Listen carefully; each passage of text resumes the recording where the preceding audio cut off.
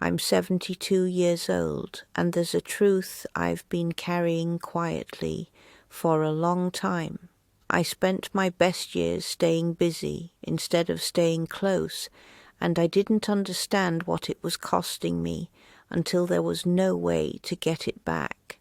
I'm not saying this because I want comfort. I'm saying it because I don't have much time left to keep softening it. My days are slow now. I wake up early, not out of habit, but because my body doesn't know how to rest the way it used to. The house is still, too still. Even the smallest sounds feel loud when no one else is around to hear them with you. I make tea and sit at the table, the same one I've sat at for decades. I look at the chair across from me, and some mornings I forget, just for a second, that no one will be sitting there anymore. That moment always passes. It always does. When you reach this age, people assume you're at peace. What they don't realize is that peace and acceptance aren't the same thing. Acceptance is quieter, heavier.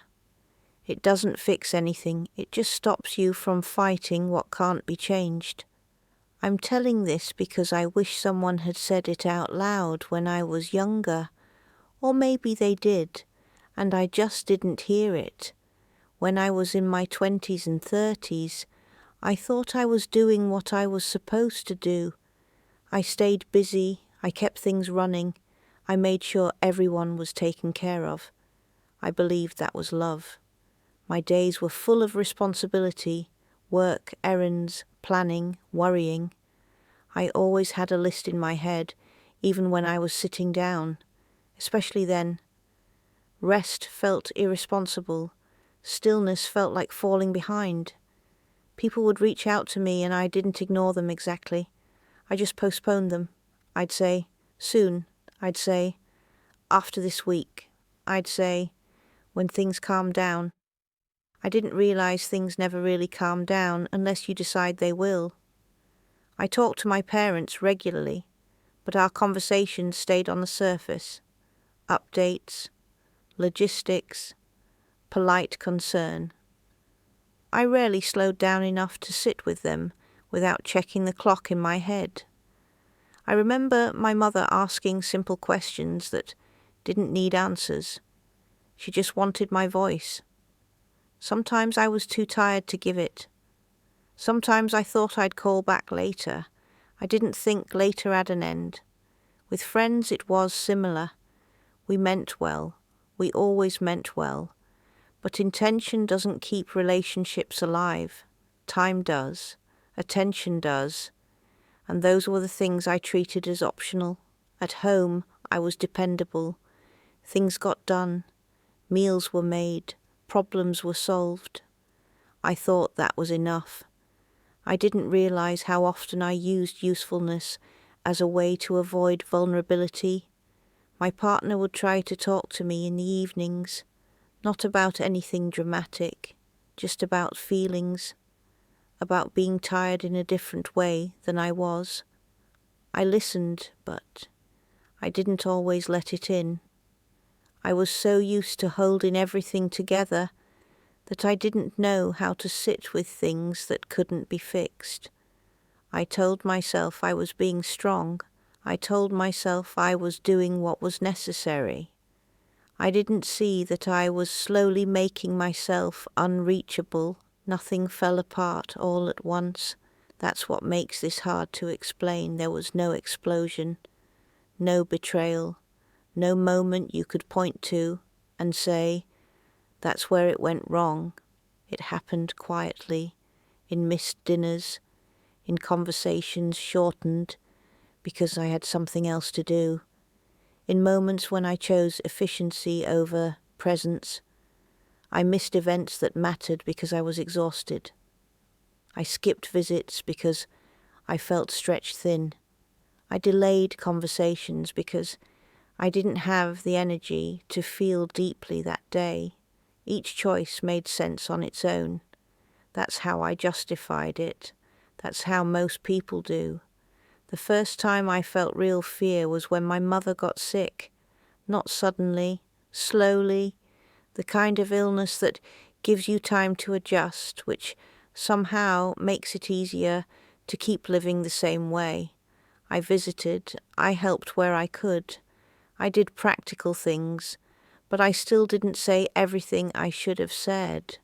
I assumed there would be another visit, another conversation. When she died, I was stunned by how final it felt.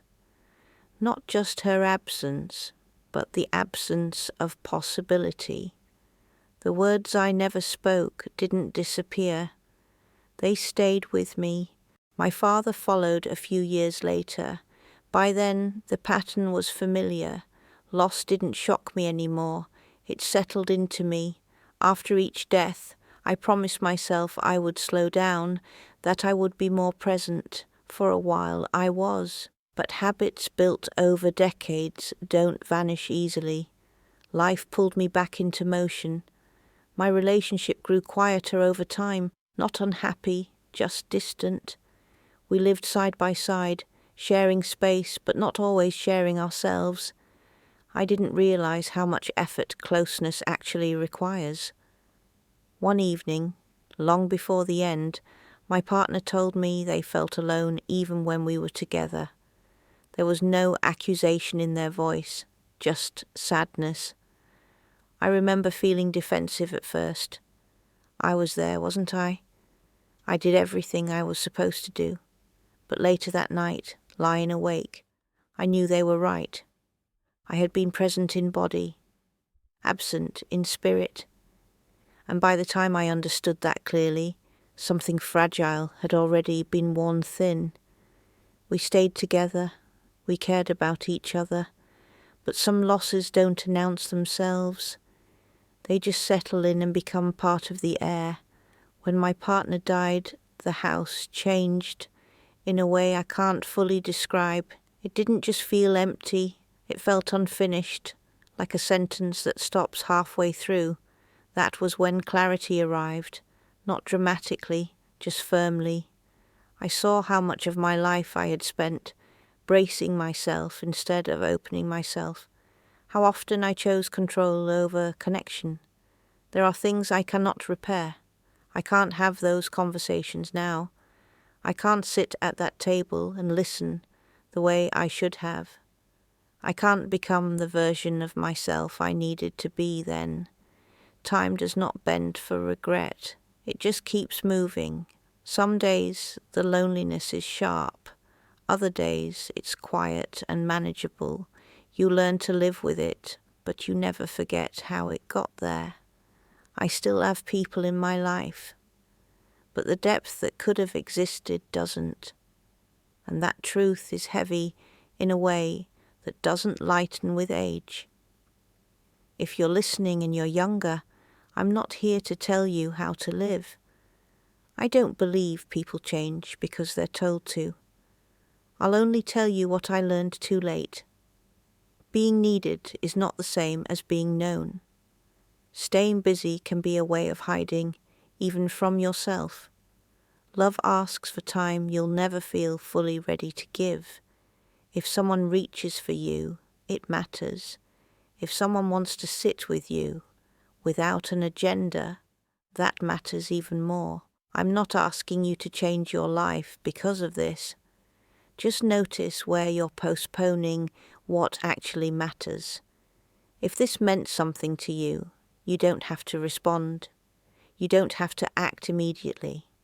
Just remember it. Memory has a way of returning when you need it. As for me, I live quietly now. I take my days as they come. I've stopped pretending I'll make up for lost time. This is the truth of my life, spoken plainly. Not to inspire, not to warn, just to finally be honest, while I still can.